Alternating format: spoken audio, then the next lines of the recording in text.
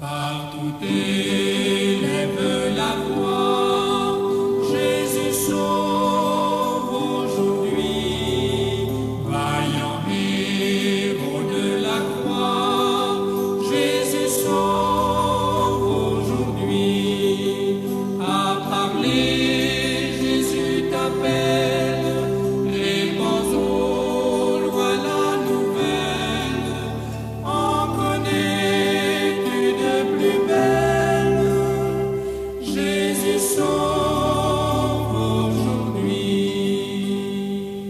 Répète aux pécheurs contrits, Jésus sauve aujourd'hui, ce que le mal a servi.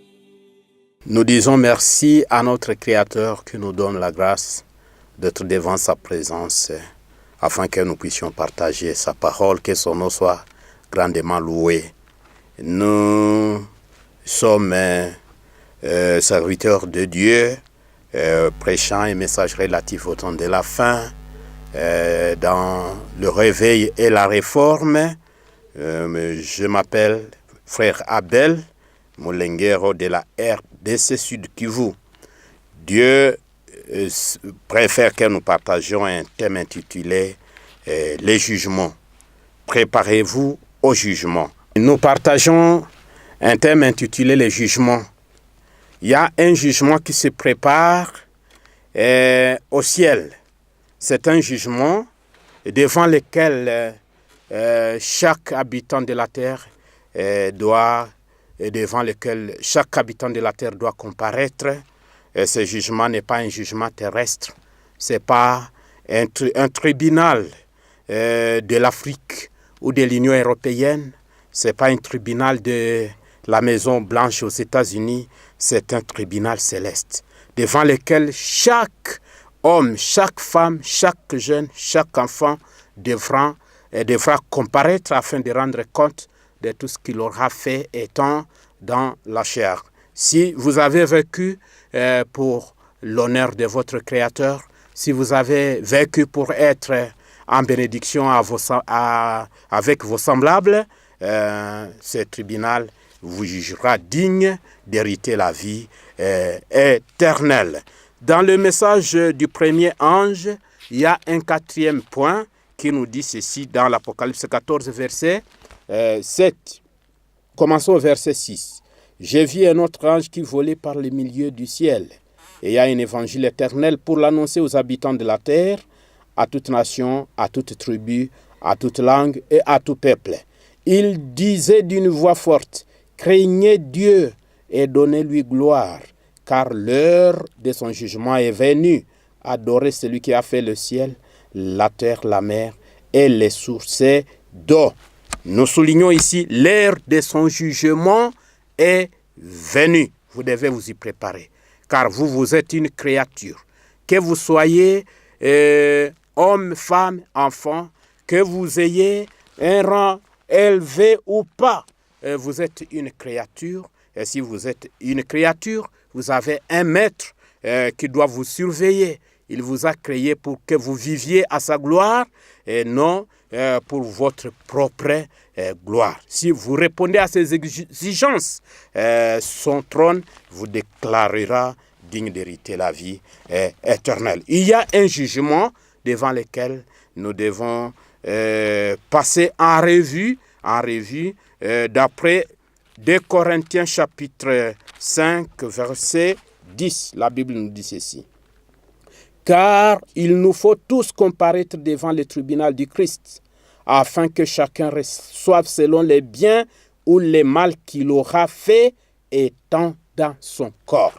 Chacun recevra une récompense. Vous faites les biens, il y a une récompense pour la vie éternelle.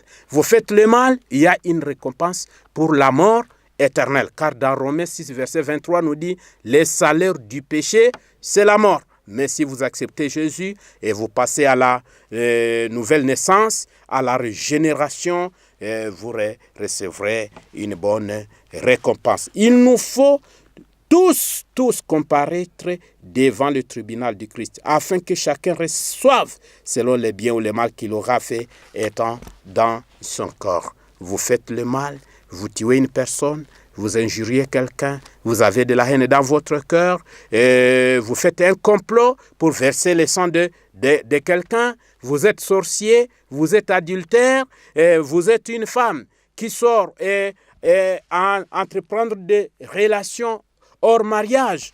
Il y a l'œil de Dieu qui vous suit dans tout ce que vous faites, dans tout ce que vous dites, dans tout ce que vous pensez. C'est pourquoi Dieu avait révélé ce tribunal au prophète Daniel. Daniel chapitre 7, Daniel avait vu cet auguste tribunal devant lequel chacun devra rendre compte. Daniel 7, verset 9. Je regardais pendant que l'on plaçait des trônes, et l'ancien des jours s'assit. Son vêtement était blanc comme la neige, et les cheveux de sa tête étaient comme la laine pure. Son trône était comme des flammes de feu, et les roues comme un feu ardent. Un fleuve de feu coulait et sortait de devant lui. 1000 milliers le servaient, et 10 000 millions se tenaient en sa présence. Les juges s'assirent, et les livres furent ouverts. Il y a les juges, il y a l'ancien des jours, ils sont là pour juger les gens qui ont vécu sur cette terre. Ce jugement avait été révélé aussi à Jean dans l'île de Patmos, dans Apocalypse chapitre 20, verset 11. Puis j'ai vu un grand trône blanc, et celui qui était assis dessus. La terre et le ciel s'enfuirent devant sa face, et il ne fit plus trouver de place pour eux. Je vis les morts, les grands, les petits, qui se tenaient devant le trône. Les livres furent ouverts, et un autre livre fit ouvert, celui qui est le livre de vie. Et les morts furent jugés selon leurs œuvres, d'après ce qui était écrit dans les livres. La mer rendit les morts qui étaient en elle, et la mort et le séjour des morts rendirent les morts qui étaient en eux, et chacun fut jugé selon ses œuvres. 14. Et la mort et le séjour des morts furent jetés dans les temps de feu. C'est la seconde mort, les temps de feu. Quiconque ne fut pas trouvé écrit dans les livres de vie fut jeté dans les temps de feu. Quiconque ne fut pas trouvé inscrit dans les livres de vie, il a été jeté dans le temps de feu. Rassurez-vous dès maintenant, frères et sœurs, que votre nom est déjà inscrit dans les livres de vie. Il y a 3 livres au ciel. Il y a le livre de vie, il y a le livre des souvenirs, il y a aussi le livre des péchés. Le livre de vie renferme les noms de tous ceux qui ont cru en Jésus-Christ. Si vous croyez en Jésus, votre nom est inscrit dans les livres de vie. Si nous lisons dans les livres Tragédie des siècles, Petit Formant, page 679 au 679. Le livre de vie renferme les noms de tous ceux qui ont entré au service de Dieu. Donc, si vous êtes serviteur de Dieu, homme ou femme, jeune ou enfant, votre nom est inscrit. Si vous avez cru en Jésus, si vous avez donné un vœu d'obéir à ses commandements, si vous avez donné un vœu de lui servir, de le servir, il écrit votre nom dans son livre de vie. Jésus disait à ses disciples, réjouissez-vous de ce que vos noms sont inscrits dans les livres des cieux. Jésus l'avait dit à ses disciples dans Luc chapitre 10. Paul parle des fidèles collaborateurs dont les noms sont inscrits dans les livres de vie. Là, c'est dans Philippiens. Je pense dans Philippiens chapitre 4, verset 2e. Veillons voir ensemble Philippiens chapitre 4, verset 2e et 3e. J'exhorte Evodie et j'exhorte Saint-Tiche à être d'un même sentiment dans le Seigneur. Et toi aussi, fidèle collègue, oui, je t'ai prie de les aider, elles qui ont combattu pour l'évangile avec moi et avec Clément et mes autres compagnons d'œuvre, dont les noms sont dans les livres de vie. Voilà. Donc, tous les gens qui ont crié en Jésus, qui ont accepté sa parole comme norme de vie, ces gens qui ont juré fidélité, qui ont accepté de le servir pendant qu'ils vivent encore, leur nom est inscrit dans les livres de vie. Continuons la lecture. Considérant une époque de détresse telle qu'il y en a eu depuis que les nations existent jusqu'à cette époque, le prophète Daniel dit que le peuple de Dieu y échappera tous ceux qui sont inscrits dans les livres, dans les livres. Et les voyants de Patmos déclarent que seuls pourront entrer dans la cité de Dieu ceux qui sont inscrits dans les livres de vie de l'agneau. Il y a une guerre qui se prépare pour les saints des derniers temps, pour ceux qui vont refuser d'adorer la bête, son image, et qui vont refuser la marque de la bête. Tous ces gens, il y aura des restrictions, et il y aura des peines qui seront infligées à ces gens. L'apôtre nous dit que ceux qui vont endurer, persévérer, ce sont les gens dont les noms sont inscrits dans les livres de vie. Il y a aussi un autre livre de souvenirs. Mais une chose à souligner, tous ces gens dont les noms sont inscrits dans les livres de vie, ce sont les gens qui ont abandonné les péchés. Mais si vous acceptez Jésus, vous acceptez ses commandements et sa parole, vous jurez fidélité à le servir. Il faut vous éloigner du péché. Si vous y revenez encore, vous commencez à pratiquer les péchés comme un païen, Dieu peut encore effacer votre nom du livre de vie. Cela a été dit à Moïse lorsqu'il avait intercédé pour un peuple qui s'est rébellé contre l'Éternel. Dans Exode chapitre 32, verset 33, l'Éternel dit à Moïse, « C'est celui qui a péché contre moi que j'effacerai de mon livre. » Donc, si vous persévérez dans votre impénitence, dans le péché, que vous n'avez pas pu confesser, Dieu peut vous effacer du livre de vie et il vous compte parmi les pécheurs. Frères et sœurs, vous qui avez déjà crié en Jésus, allez de l'avant. Ne faut pas reculer. Parce que ceux qui reculent et qui commencent à pécher comme les païens, l'apôtre Pierre avait dit ceci. L'apôtre Pierre, 2 Pierre chapitre 2, verset 20e, la Bible nous dit ceci. En effet, si après s'être retiré des souillures du monde, par connaissance du Seigneur et Sauveur Jésus-Christ, et s'y engagent de nouveau et sont vaincus, leur dernière condition est pire que la première, car mieux valait pour eux n'avoir pas connu la voie de justice que de se détourner après l'avoir connu du saint commandement qui leur avait été donné. Il leur est arrivé ce qui est dit, un proverbe vrai, le chien qui est retourné à ce qu'il avait vomi et la truie l'avait se vautré dans le bourbier. Vous constatez que le jugement de Dieu, il y a un livre de vie qui renferme les noms de tous ceux qui ont cru en Jésus par l'évangile de la vérité et qui ont renoncé à leurs péchés et qui ont juré fidélité,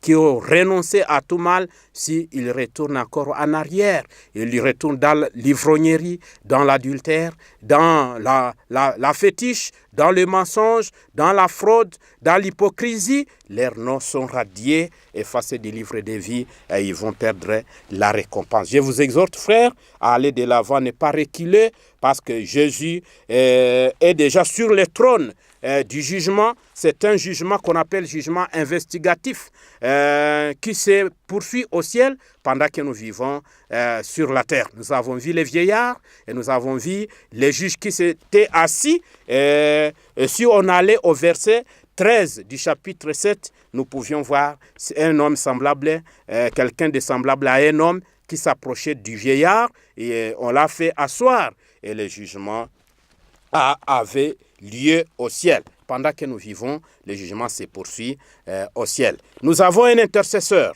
Un intercesseur, c'est Jésus qui doit intercéder pour votre cas si vous acceptez de lui donner votre vie. Là, c'était un livre de vie. Il y a aussi un livre des souvenirs écrit dans Malachie, chapitre 3, verset 16e. La Bible nous dit, alors ceux qui craignent l'Éternel se parlèrent l'un à l'autre. L'Éternel fit attentif et écouta, et un livre des souvenirs fut écrit devant lui pour ceux qui craignent l'Éternel et qui honorent son nom. Donc, ceux qui acceptent Jésus, ceux qui honorent ses commandements, leurs noms, leurs œuvres sont inscrits dans les livres de souvenirs.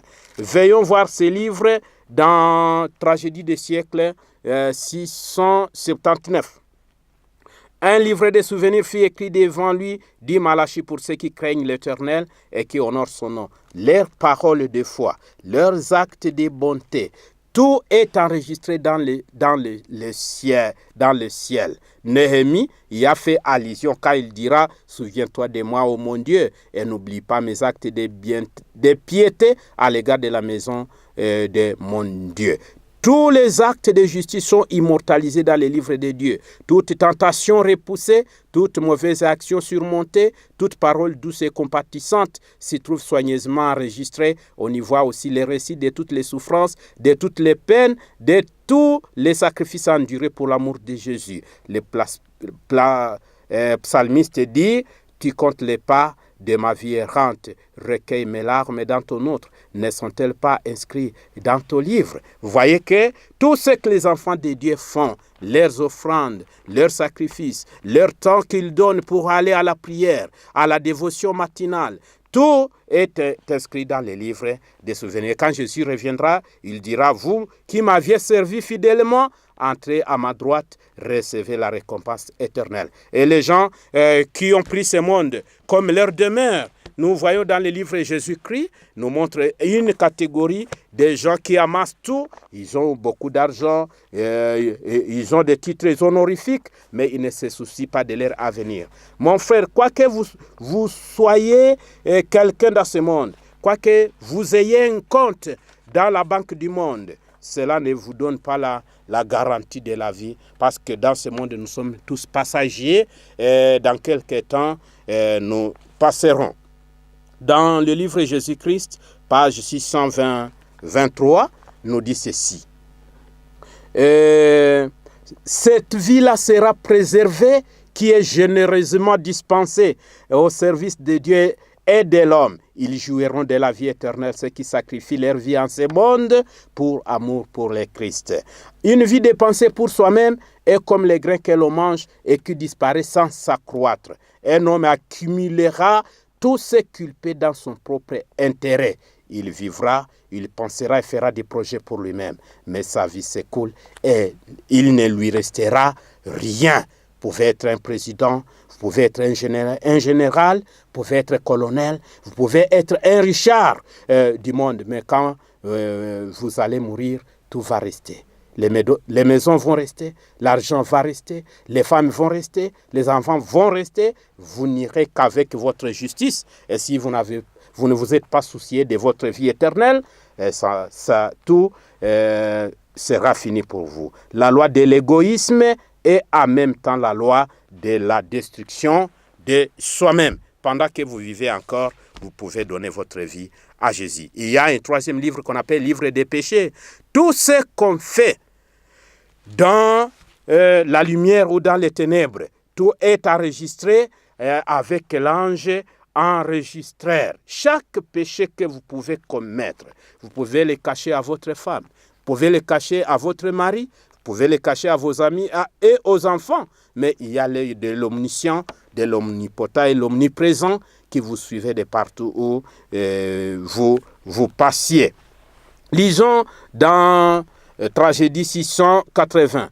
Il y a aussi un registre des péchés. Dieu amènera toute œuvre en jugement au sujet de tout ce qui est caché, soit bien, soit mal. Au jour du jugement, les hommes rendront compte de tout ce qu'ils ont, toute parole vaine qu'ils auront proférée. C'est par tes paroles que tu seras justifié et par tes paroles tu seras condamné. Les intentions secrètes, les mobiles inavoués figurent dans l'infaillible mémorial, car le Seigneur mettra en lumière ce qui est caché dans les ténèbres et manifestera les desseins des cœurs. Alors, toute œuvre humaine passe en revue devant Dieu pour être classée comme acte de fidélité ou d'infidélité. En face de chaque nom dans le registre du ciel sont couchés avec une redoutable exactitude. Toute parole mauvaise, tout acte égoïste, tout devoir négligé, tout péché secret, toute dissimulation, les avertissements du ciel oubliés,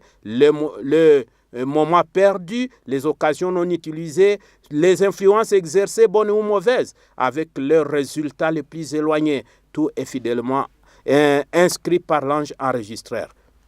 À ce moment-là, il y aura les critères par lesquels nous serons jugés. D'abord, on va juger quoi? On va juger les pensées. Si vous entretenez une mauvaise pensée dans votre cœur, Dieu ne peut pas vous considérer comme son serviteur. Dans Psaume chapitre 66, verset 18, « Si j'avais conçu l'iniquité dans mon cœur, le Seigneur ne m'aurait pas exaucé. » Amen. Si vous concevez une mauvaise idée dans votre pensée, Dieu ne peut pas vous considérer comme son serviteur. Même Paul l'avait signalé au Corinthiens chapitre 1 Corinthiens chapitre 4 verset 5e. Paul dit ceci: c'est pourquoi ne jugez de rien avant le temps, jusqu'à ce que vienne le Seigneur, qui mettra en lumière ce qui est caché dans les ténèbres et qui manifestera les desseins de cœur. Alors chacun recevra de Dieu la louange qui lui sera rendue. Évitez les mauvaises pensées. Et Dieu jugera aussi les paroles. Évitez de prononcer et de proférer une mauvaise parole qui puisse sortir de votre bouche. Dans Matthieu chapitre 12, versets 36 à 37, je vous dis, au jour du jugement, les hommes rendront compte de toute parole vaine qu'ils auront proférée, car par tes paroles tu seras condamné. Paul dira aux Éphésiens 4, verset 29, il dit qu'il ne sorte de votre bouche une mauvaise parole. Parole de mensonge, parole de critique, parole de mépris, parole calomnieuse. Cela ne doit pas sortir de votre bouche, au contraire des paroles douces, des paroles compatissantes, des paroles de consolation, des paroles qui doivent renforcer la foi chez les enfants de Dieu. Comme les paroles seront jugées, à plus forte raison les actes. Parce que ce que nous pensons se traduit en paroles et en actes. Si les pensées sont bonnes, ça va se traduire dans les bons actes. Si les pensées sont mauvaises, ça va se traduire dans les mauvaises et les mauvais actes. C'est pourquoi le sage dira, Ecclésiaste chapitre 12, verset 15 nous dit, écoutons la fin du discours. Crains Dieu et observe ses commandements, c'est là ce que doit tout homme. Car Dieu amènera toute œuvre en jugement au sujet de tout ce qui est caché, soit bien, soit mal. Dieu nous exhorte pour que nous puissions vivre en conséquence, mener une vie juste et sainte avant le retour de Jésus, parce que sa parole nous jugera, ses commandements aussi 10 nous jugera si notre vie affiche un commandement transgressé intentionnellement. Cela va nous ravir notre place dans les cieux. Pendant que Jésus plaide encore, qu'il est encore notre avocat, repens-toi, reviens à l'Éternel. Pendant que l'évangile éternel est prêché dans sa phase du réveil et de la réforme, donne ton cœur à Dieu, que Dieu te bénisse, qu'il nous bénisse tous ensemble, au nom de Jésus notre Sauveur. Amen. Partout élève la voix.